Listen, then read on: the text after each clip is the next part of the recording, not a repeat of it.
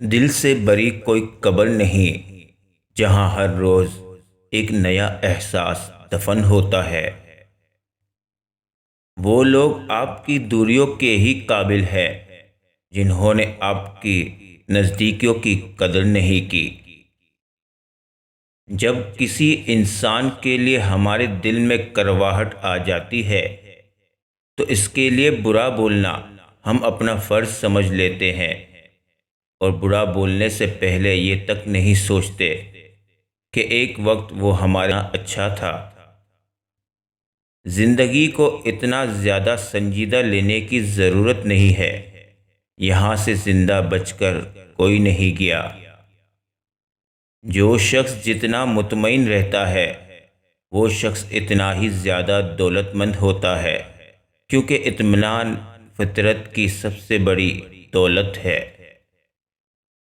برا چاہنے والوں سے مت ڈرو، بس ہمیشہ یقین رکھو کہ 70 ماؤں سے زیادہ چاہنے والا تمہارا رب کبھی تمہارا برا نہیں ہونے دے گا۔ اللہ تمہاری دعاؤں کو نصیب سے ہارنے نہیں دے گا، اور یقین رکھو معجزے صبر کرنے والوں کے لیے ہیں۔ اے عزت دینے والے رب، ہمیں ان لوگوں کے شر سے محفوظ فرما جو ہماری اچھائیاں تو چھپا لیتے ہیں لیکن ہماری برائیاں پھیلا دیتے ہیں۔ فجر کی نماز کامیابی کی پہلی سیڑھی ہے۔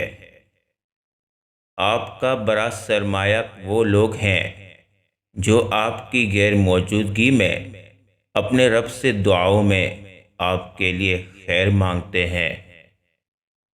عزت کا ایک قطرہ شہرت کے سمندر سے افضل ہے۔ محتاجوں سے مہنگا مال خریدنا احسان میں ہے اور صدقہ سے بہتر ہے۔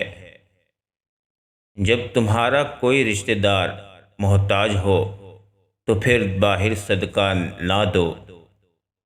حضرت انس بن مالک رضی اللہ عنہ نے بیان کیا کہ رسول اللہ صلی اللہ علیہ وسلم نے فرمایا، کوئی بھی مسلمان جو ایک درخت کا پودا لگائے یا کھیتی میں بیج بوئے، پھر اس میں سے پرند یا انسان یا جانور جو بھی کھاتے ہیں وہ اس کی طرف سے صدقہ ہے۔